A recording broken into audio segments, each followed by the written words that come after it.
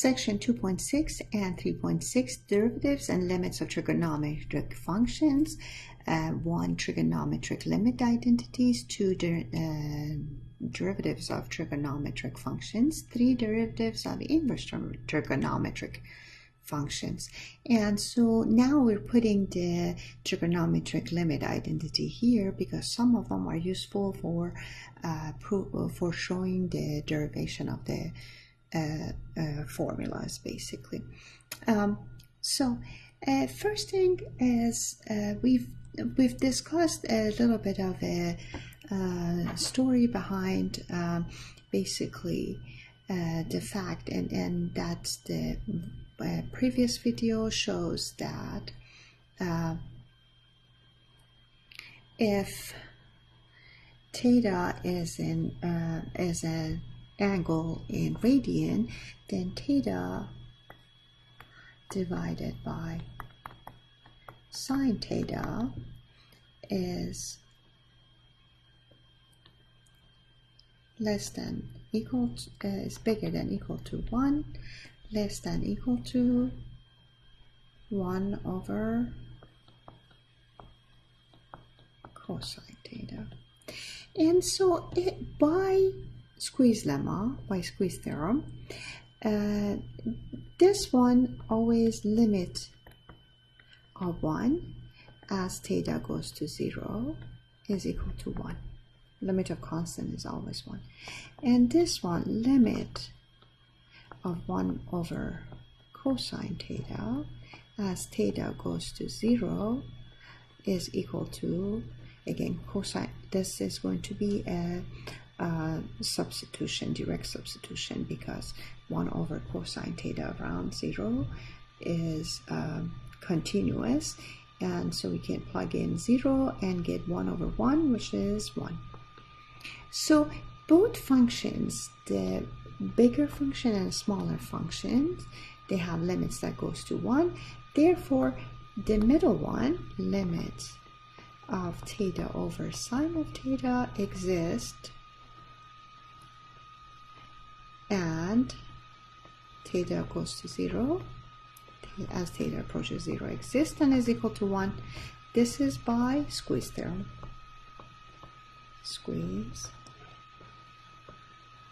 theorem, and is one of the important identities that we use over and over in this section. Next, we would like to show that limit as theta approaches 0 of 1 minus cosine theta over theta approaches 0.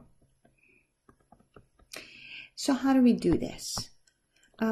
First, from the picture, if you look at the same arc and how sine of theta is and how cosine of theta is, and then 1 minus cosine theta is this little piece, and as theta decreases, may become smaller, that piece becomes smaller faster.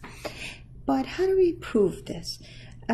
So the first step is we're going to use what we proved about sine theta over theta in here. What you do is you multiply this fraction by conjugate of the top, on top, and bottom. And then the top becomes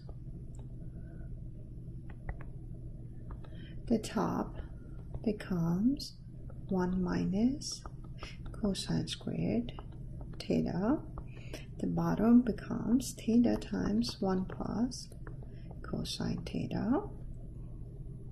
Now this is equal to limit theta goes to 0 of sine squared theta, that's the identity, over theta 1 plus cosine theta.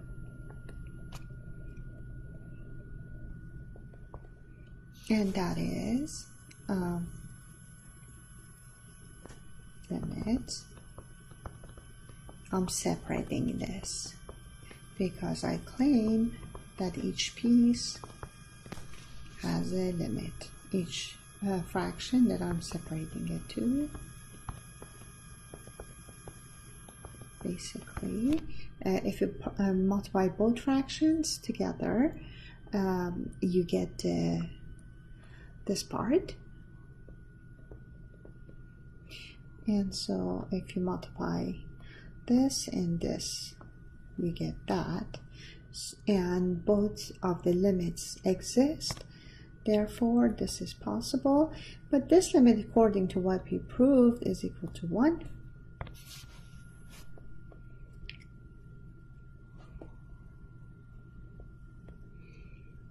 The other limit is equal to 0 over 2. So the entire thing is equal to 0. Now we can say that the two trigonometric limits that we need, we sort of prove them throughout the videos. One is limit as x approaches 0 of sine of x divided by x equal to 1.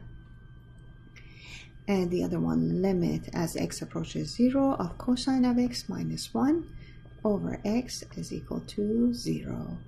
And again, the reasoning is because this one is getting smaller faster than sine of x and theta, and the other one we showed, and to prove it we use conjugates, and the other one we showed by showing an inequality and squeeze lemma. Now what we promised, derivative of the sine and cosine functions. First, derivative of sine. Let's try to take the derivative of sine. What tools do we have? As usual, and since this is our first trigonometric function, the only tool that we have is the limit definition of the derivative. Set up the limit definition. That's limit as h approaches 0 of sine of x plus h minus sine of x divided by h.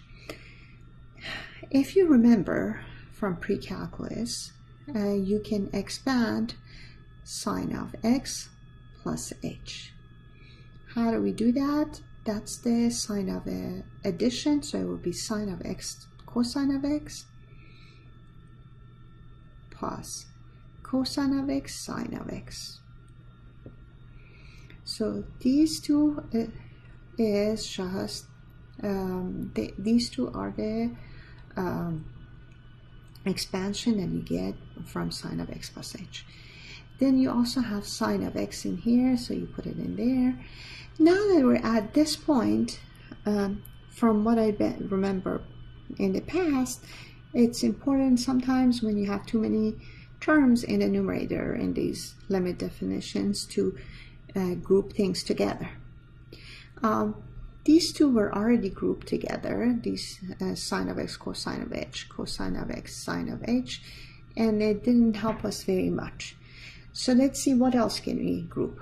I think this sine of x and this sine of x are basically this sine of x cosine of x and sine of x are a good match. So let's group those together and factor sine of x.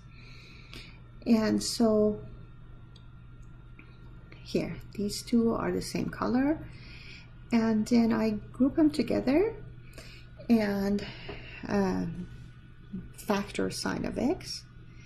And when you factor sine of x is a constant in terms of h, so it comes out of the limit.